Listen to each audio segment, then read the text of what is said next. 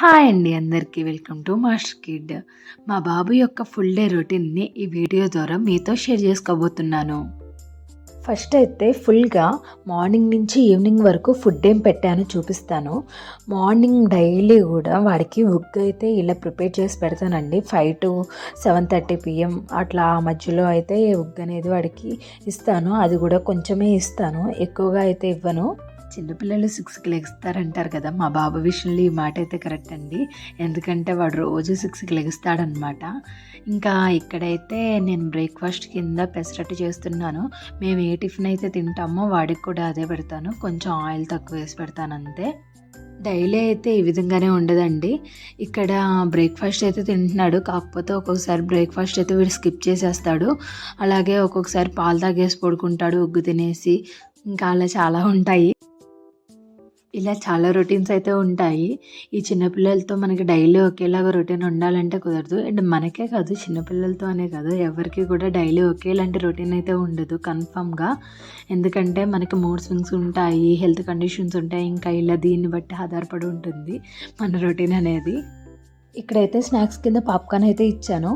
ఇక లంచ్లోకి పచ్చిమిర్చి కర్రీ అరటికాయ కూర చేశాను ఈరోజు. మా బాబు కోసం బజ్జిమిర్చి కర్రీ అయితే ఇలా తయారు చేసుకున్నానండి. ఇక్కడైతే నేను వేరుశనగ పప్పు, సాల్ట్, వెల్లుల్లిపాయ, కరివేపాకు, జీలకర్ర, వాము వీటన్నిటినీ కలిపి మిక్సీ పట్టుకున్నాను. దాని తర్వాత బజ్జిమిర్చిని ఇలా కట్ చేసుకొని దీంట్లో ఉన్న ఎత్తులన్నీ తీసేసాను. ఇప్పుడు దీంట్లో మనం పౌడర్ చేసుకున్న పౌడర్ని అయితే స్టఫ్ చేసుకోవాలి. ఇలా కరెక్ట్గా స్టఫ్ చేసుకున్న తర్వాత కొంచెం ఆయిల్ తీసుకొని దాంట్లో వీటిని ఎర్రగా వేగేలాగా వేయించుకోవాలి. మేము తినే కర్రీసే వాడికి పెడతానండి. 12 months వరకు వాడికి కొంచెం సాల్ట్ అవన్నీ ఇచ్చేదాన్ని కాదు. 12 months తర్వాత నుంచి మేము ఏం తింటున్నామో అవే వాడికి కూడా పెడుతున్నాను.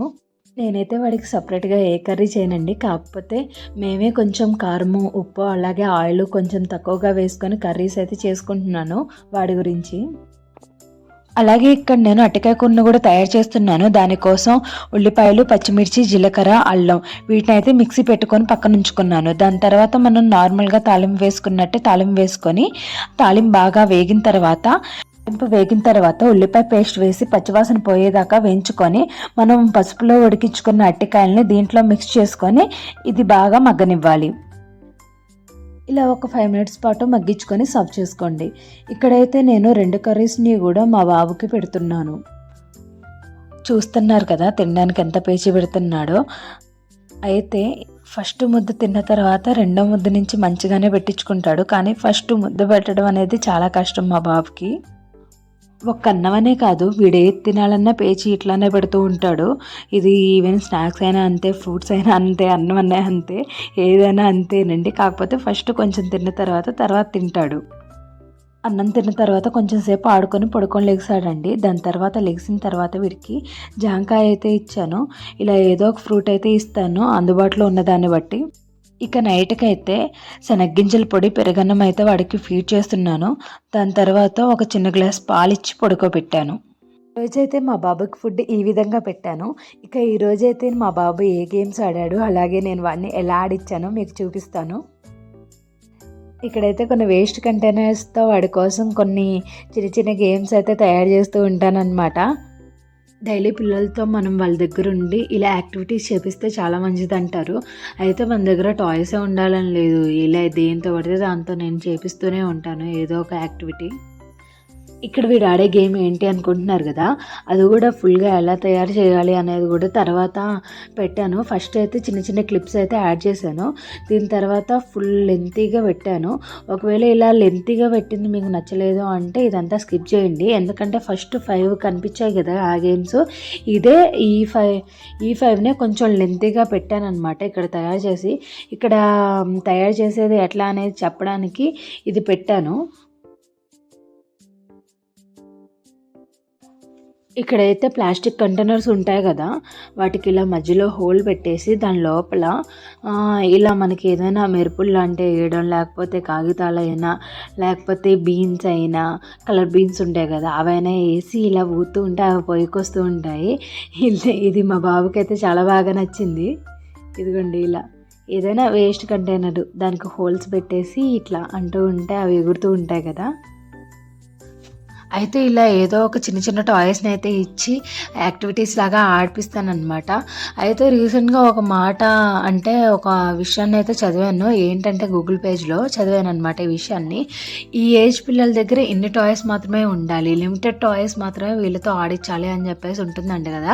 అంటే మనకి 7 months బేబీ కనుకుంటే వాళ్ళ దగ్గర మినిమం 5 టాయ్స్తోనే ఆడించాలని అట్లా ఉంటుందంట కదా లెక్క. ఈ విషయం ఏమన్నా మీకు తెలుసా? ఒకవేళ మీకు తెలిస్తే కామెంట్ సెక్షన్లో మెన్షన్ చేయండి నాకు. ఎందుకో తెలియదు కానీ ఇట్లాంటి విషయాలు నాకే కనిపిస్తాయి, వినిపిస్తాయి. ఇట్లాంటి డౌట్స్ ఏమన్నా ఉన్నప్పుడు నేను మిమ్మల్ని అడుగుతూ ఉంటాను. మీకు తెలిస్తే కన్ఫామ్గా నాతో షేర్ చేసుకోండి. ఇక్కడైతే టిష్యూ పేపర్ని తీసుకొని ఇలా గీతలు అయితే గీసుకున్న తర్వాత ఇలా ఒక స్ట్రాతో అయినా దేంతో అయినా ఇలా బటర్ఫ్లై షేప్లో అయితే తయారు చేసుకుంటున్నాను. అంటే గొంగళి పురుగు టైప్లో ఇలా గేమ్స్ని అయితే తయారు చేసుకుంటూ ఇలా గేమ్స్ని అయితే ఆడిస్తూ ఉంటానండి.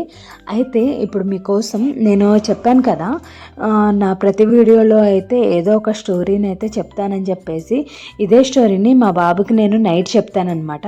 ఇప్పుడైతే నేను స్టోరీని అయితే చెప్దాం అనుకుంటున్నాను. మీకు ఇంట్రెస్ట్ ఉంటే కనుక ఈ స్టోరీని వినండి. ఈ స్టోరీలో అయితే తండ్రి కొడుకులు ఇద్దరుంటారు. అయితే ఇక్కడ కొడుకు తండ్రి దగ్గరకు వచ్చి ఇలా అడుగుతున్నాడు, డాడీ నా విలువేంటో నాకు తెలియజెప్పు, నా విలువేంటో నేను తెలుసుకుందాం అనుకుంటున్నాను అని చెప్పేసి కొడుకు తన తండ్రిని అడుగుతాడనమాట. అప్పుడు ఆ తండ్రి ఒక చిరునవ్వు నవ్వి ఆ కొడుకుతో ఇలా అంటాడు, ఖచ్చితంగా పుత్ర, నేను నీ విలువేంటో ఖచ్చితంగా నీకు తెలియజెప్తాను. కాకపోతే నువ్వు దానికన్నా ముందు నేను చెప్పిన పనిని చేయాలి. నేను చెప్పిన పనిని నేను చెప్పిన విధంగా చేస్తే నీ విలువేంటో నేను చెప్తాను అని అంటాడు. అప్పుడు ఆ కొడుకు తన తండ్రితో ఇలా అంటాడు, ఖచ్చితంగా చేస్తాను తండ్రి, ఏం చేయమంటారు చెప్పండి, వెంటనే నేను మీరు చెప్పిన పనిని చేస్తాను అని అంటాడు. అప్పుడు ఆ తండ్రి తనకి ఒక రాయినిచ్చి ఇది తను చెప్పిన ప్లేస్కి వెళ్ళి అమ్మి తీసుకురమ్మంటాడు. అయితే ఆ తండ్రి అది అమ్మడానికి కొన్ని రూల్స్ని అయితే పెడతాడనమాట. ఏంటి అంటే తను ఆ ప్లేస్కి వెళ్ళి కేవలం తను మాట్లాడకుండా 2 వేళ్ళను మాత్రమే చూపించమని చెప్తాడు. అప్పుడు ఆ కొడుకు ఒక చిన్న బజారుకి వెళ్ళి అక్కడ ఆ రాయిని పట్టుకొని అమ్మడానికి నుంచుంటాడు. అక్కడికి ఒక ముసలామైతే వస్తుంది. ఆమె ఆ రాయి కావాలని కోరుకుంటుంది. అప్పుడు దాని ఖరీదంతా అని ఆ ముసలామె అడగా ఆ కొడుకు తన తండ్రి చెప్పిన విధంగా నోరు మెదపకుండా 2 వేళ్లను మాత్రమే చూపిస్తాడు. అప్పుడు ఆ ముసలామె దానికి 200 రూపాయలు ఇస్తా అని చెప్తుంది. వెంటనే ఆ కొడుకు తన తండ్రి దగ్గరికి వెళ్ళి ఈ రాయికి 200 రూపాయలు ఆ ముసలావిడ ఇస్తానంటుంది, ఏం చేయమంటారు అని అడుగుతాడు. అప్పుడు ఆ తండ్రి ఇలా అంటాడు, సరే, ఇప్పుడు దీనిని ఒక నగరానికి తీసుకెళ్ళి అక్కడ అమ్మడానికి ప్రయత్నించు, కానీ నేను చెప్పిన విధంగానే 2 వేళ్లను మాత్రమే చూపించాలి, అస్సలు నోటితో సమాధానం చెప్పకూడదు అని అంటాడు. తండ్రి చెప్పిన విధంగానే నోరు మెదపకుండా 2 వేళ్లను చూపిస్తూ ఆ రాయిని నగరంలో అమ్మడానికి ప్రయత్నిస్తాడు కొడుకు. అప్పుడు ఒక ఆయన వచ్చి ఆ రాయి ఖరీదు 2,000, నాకు ఇవ్వు, నేను తీసుకుంటాను అంటాడు. వెంటనే ఆ కొడుకు తండ్రి దగ్గరికి వెళ్ళి ఈ విషయాన్ని చెప్తాడు. ఈ రాయికి 2,000 ఇస్తా అంటున్నారు, ఇచ్చేసేనా అని అంటాడు ఆ కొడుకు. లేదు, ఇప్పుడు దీనిని ఒక ఖరీదైన వస్తువులు అమ్మే షాప్కి తీసుకెళ్ళి అమ్మడానికి ప్రయత్నించి, ఇక్కడ కూడా కేవలం నువ్వు 2 వేళ్లను మాత్రమే చూపియాలి అని అంటాడు ఆ తండ్రి. సరే అని ఆ కొడుకు ఖరీదైన షాప్కి వెళ్ళి 2 వేళ్లను చూపిస్తే ఆ కొట్లో ఉన్న వ్యాపారి ఇలా అంటాడు. ఆ వ్యాపారికి ఈ కొడుకు 2 వేళ్లను చూపించగా ఆ వ్యాపారి ఇలా అంటాడు, దీని ఖరీదు 2 లక్షల రూపాయల. సరే, అలాగే, నేను ఈ 2 లక్షల్ని నీకు ఇస్తాను, ఆ రాయిని నాకు ఇవ్వు అని అంటాడు. వెంటనే ఆ కొడుకుకి చాలా ఆశ్చర్యం వేస్తుంది. ఫస్ట్ ఈ ముసలావిడ 200 ఇస్తానంది, తర్వాత ఒక అతను 2,000 ఇస్తా అంటున్నాడు, ఇప్పుడు ఈయన 2 లక్షలు ఇస్తా అంటున్నాడు ఈ రాయికి. అప్పుడు తికమక పడే కొడుకుని చూసి తండ్రి ఇలా అంటాడు, పుత్ర, ఇప్పటికైనా అర్థమైందా నీ విలువేంటో అని అంటాడు తండ్రి. నేను నీకు ఇచ్చింది ఒక వజ్రం, వజ్రాల వ్యాపారికి ఒక వజ్రం విలువ తెలుస్తుంది. ఇంకా మొదట ఇద్దరూ కూడా నీ దగ్గర ఉన్నది ఒక అందమైన రాయి అనుకున్నారు, ఎందుకంటే వాళ్ళు వజ్రాల వ్యాపారులు కాదు కాబట్టి. ఇక నీ విలువేంటో చెప్పమంటావా? నీవు ఎక్కడ ఉండాలనుకుంటున్నావు అనేది నీ మీద ఆధారపడి ఉంటుంది. నీ గురించి తెలిసి నిన్ను గుర్తించి నీ మంచి కోరేవాళ్ళు నీకు ఒకలాగా విలువిస్తారు. నీ గురించి తెలియకుండా ఒక మాట అనేసేవాళ్ళు నీకు ఇంకొకలాగా విలువిస్తారు. అంతేనండి ఈ స్టోరీ అర్థమైందా? నచ్చిందా? నచ్చితే కనుక కన్ఫామ్గా నాకు కామెంట్స్లో మెన్షన్ చేయండి. ఇలాంటి స్టోరీస్ అయితే చెప్పడానికి ట్రై చేస్తాను. ఇంకా ఇక్కడైతే మా బాబు ఏం చేస్తున్నాడంటే, మనల్ని చూసి మన పిల్లలు రోజు ఏదో ఒక విషయాన్ని అయితే నేర్చుకుంటూనే ఉంటారు. అయితే ఇక్కడ నేను బఠానీను ఒలుస్తున్నాను. అది వాడు తీసుకొని వాడు కూడా ఒలవడానికి ట్రై చేస్తున్నాడనమాట. యాక్చువల్గా నిజంగా చెప్పాలంటే వాడితో ఒక ట్రెండ్ నేనే ఒలిపించానమాట. దాని తర్వాత ఇంక అదే పనిగా పెట్టుకొని పావుగంట నుంచి అన్నీ కూర్చొని ఒలుస్తూ ఉన్నాడు. కొంచెంసేపు అయిన తర్వాత అల్లరి ప్రారంభించాడు. ఇంకా వేరేది ఒక గిన్నె ఒకటి తెచ్చుకొని ఈ బఠానీ అన్నీ దాంట్లో నుంచి దీంట్లోకి ట్రాన్స్ఫర్ చేస్తూ ఉన్నాడు. నిజంగా ఈ పిల్లలకి ట్రాన్స్ఫరింగ్ అంటే ఎంత ఇష్టం ఏంటో అస్సలు అర్థం కాదు. ఇంక ఇలానే చేపిస్తూ ఉంటాను. ప్రత్యేకంగా టాయ్స్ కొని లేకపోతే ప్రత్యేకంగా టైం కేటాయించి చేపిస్తేనే యాక్టివిటీస్ కాదు కదా, ఇలా చేపించిన యాక్టివిటీసే కదా. ఇంకా ఇట్లానే చేపిస్తూ ఉంటాను ఏదో ఒకటి. ఇంకా దాని తర్వాత ఇక్కడ ప్రొడక్ట్ అయితే రివ్యూ ఇవ్వబోతున్నాను దీనికి. ఇదైతే ఫిషర్ ప్రైజ్ వాళ్ళది బూస్టర్ చైర్ అండి. ఇది మా బాబుకి చాలా బాగా యూజ్ అయింది. దీనికి సేఫ్టీ థ్రెడ్స్ ఇవన్నీ వచ్చాయి. ఇదైతే చాలా బాగుంది. కాకపోతే ఇది మనకి 2 years మాత్రమే యూజ్ చేయగలం.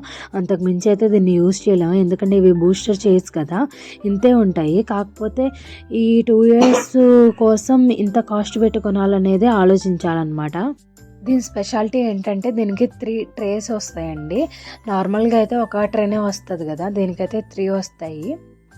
మనకి నార్మల్ బూస్టర్ చైర్ కాస్ట్ వచ్చేసి 499 to 599 ఉంటాయండి. అయితే దీని కాస్ట్ వచ్చేసి చాలా హై.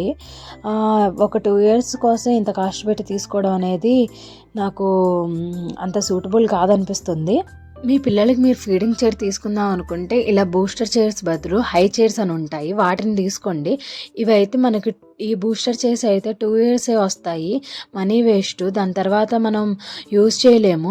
దీన్ని అంటారు చైర్స్కి పెట్టి యూజ్ చేయొచ్చు, బెడ్ మీద కూర్చోబెట్టి యూజ్ చేయొచ్చు, కానీ అదంతా సెట్ కాదండి. తీసుకున్నాను కాబట్టి చెప్తున్నా.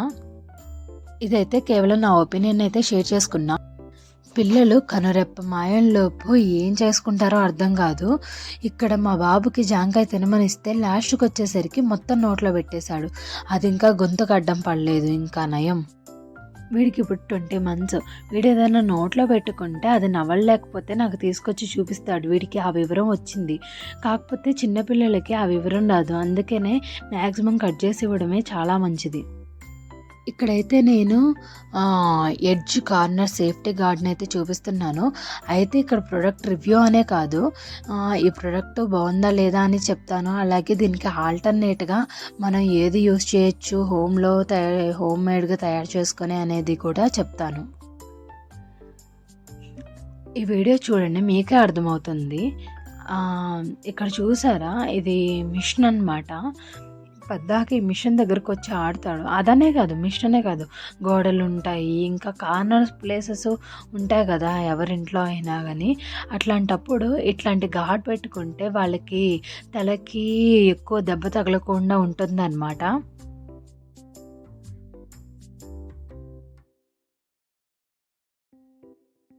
అయితే ఇవి స్టిక్కీ గమ్తో వచ్చాయి. మా బాబు వీటిని ఒక రోజులో పీకేశాడు. ఇవైతే నాకు అంత గ్రోత్ఫుల్ అనిపించలేదు. ఇవి కూడా దీని బదులు నేను ఏం యూజ్ చేశానంటే, మనకి ప్యాకింగ్ చేసి వస్తాయి కదా ప్యాకేజ్ మెటీరియల్, అంటే బబుల్ ర్యాప్ అని చెప్పేసి అని అంటారు. దాన్ని అయితే నేను యూజ్ చేశాను. ఇదిగోండి ఇక్కడ చూసారు కదా, ఇట్లా మా ఇంట్లో చాలా వేస్ట్గా అయితే పడున్నాయి. దీన్ని నేను యూజ్ చేశాను అనమాట. దీని బదులు ఇలా ప్లాస్టర్తో అయితే స్టిక్ చేశాను. ఇక్కడైతే నేను చెక్కకు కాబట్టి అతికిచ్చేది, ఈ ప్లాస్టర్ నాకు అతుక్కుపోయింది. బాగా గట్టిగా వేసాను అనమాట. ఇంకా ఇంకోసారి ఇక్కడికి వస్తే తగలకుండా, వాడి పీకినా కానీ రాకోకుండా అంతసేటు గట్టిగా అతికిచ్చాను. అది కొంచెం తిక్కుగా లావుగా ఉంటే దాన్ని ఇలా థిన్గా కట్ చేసుకొని ఇలా షేప్ లాగా చేసుకొని దీనికి ఇట్లా పెట్టుకోవడమే. ఇలా పెట్టుకుంటే మనకి చాలా బాగా సెట్ అవుతుంది. ఇలా ఎడ్జ్ కార్డు, కార్నర్ గార్డు ఇలా చాలా తీసుకోవాల్సి వచ్చిందండి ఆన్లైన్లో అయితే. ఇంకా ఇక్కడైతే నేను ఓన్లీ ఈ మెటీరియల్తోనే ఫుల్గా వాల్కి అతికిచ్చాను, గోళ్ళకి అన్నిటికీ ఇదే పెట్టేసి అతికిచ్చాను అనమాట. ఇప్పుడు చూపిస్తాను చూడండి. ఇక్కడ మనకి కార్నర్ బాగా తగిలిద్ది నడుస్తూ వెళ్ళేటప్పుడు. అలాగే ఇక్కడ అన్నిటికీ ఇంట్లో ఇంకా కార్నర్స్, ఎడ్జెస్ మొత్తానికి ఇదే అతికిచ్చేసాను అనమాట. అయితే మనం పెయింట్ ఉన్న చాట దీన్ని అతికించాలి అనుకుంటే పెయింట్ టేపు ఒకటి తీసుకోవాలండి, లేకపోతే పేపర్ టేప్తో అయినా అతికించుకోవచ్చు. ఆ పేపర్ టేప్ అయినా పెయింట్ మీద అతికిది, కానీ నార్మల్ టేప్ అతికిస్తే ఊడొచ్చేస్తూ ఉంటుంది. ఇది ఉంటుంది కదా, దీన్ని ఏమంటారా అంటే కార్నర్ గార్డ్ అంటారు అనమాట. ఇది వచ్చేసి 1 మీటర్ మనకి 300 రూపీస్ ఉంటుంది అనమాట ఆన్లైన్లో. అది కాకుండా మొత్తం దీంతోనే ఫిల్ చేసేసాను హౌస్ అంతా. ఇది చూడడానికి లుకింగ్ బాగోదు కదా అనుకుంటే మనకి కలర్ టేప్స్ ఉంటాయి. కలర్ టేప్స్ని అతికించుకుంటే, కొంచెం డిజైనర్ టేప్స్, కలర్ టేప్స్ అతికించుకుంటే బాగుంటుంది. ఇది మాది ఓన్ హౌస్ కాదు కాబట్టి నేను ఇట్లా అతికిచ్చాను. ఓన్ హౌస్ అయినా మనం ఓన్గా గార్డ్స్ పెట్టుకున్నా కానీ సరిపోతుంది. ఇట్లా రెంటెడ్ హౌస్లో మనం కొనేసి పెట్టి మళ్ళీ మనం వేరే ప్లేస్కి వెళ్ళేటప్పుడు మళ్ళీ అక్కడ తీసుకోవాలంటే కష్టం కదా అన్నీ. ఇక్కడైతే ఒక చిన్న విషయాన్ని షేర్ చేసుకోవాలనిపించింది. నాకేమనిపించిందంటే మన పిల్లలు ఆడుకునేటప్పుడు వాళ్ళని మనం ఎంటర్టైన్మెంట్ చేస్తాం, కానీ మనం పని చేసేటప్పుడు వాళ్ళు కూడా మనల్ని ఎంటర్టైన్మెంట్ చేస్తారు. ఎట్లా అంటే ఇట్లానే, ఇట్లా మనం ఏదైనా పని చేస్తుంటే దాంట్లో వచ్చి ఆ పని చేయడం, లేకపోతే నేను కిచెన్లో ఉంటే మా బాబు ఇదిగోండి ఇట్లా గ్యాస్ బండ్లు ఇవన్నీ లాగుతా నన్ను ఎంటర్టైన్ చేస్తూ ఉన్నాడనమాట. గ్యాస్ బండని లాగడం ఎంటర్టైన్మెంట్ అని చెప్పట్లేదు, జస్ట్ వాళ్ళు మనం పని చేస్తుంటే మన మధ్య వచ్చి ఏదో ఒకటి చేస్తూ ఉంటారు కదా, దాన్ని చెప్తున్నాను. అంతేనండి ఈ వీడియోలో ఉన్న కంటెంట్ మీకు నచ్చితే నా వీడియోకి ఖచ్చితంగా లైక్ చేయండి. అలాగే నాతో మీ జర్నీ కొనసాగించాలి అనుకుంటే మా ఛానల్ని సబ్స్క్రైబ్ చేయండి.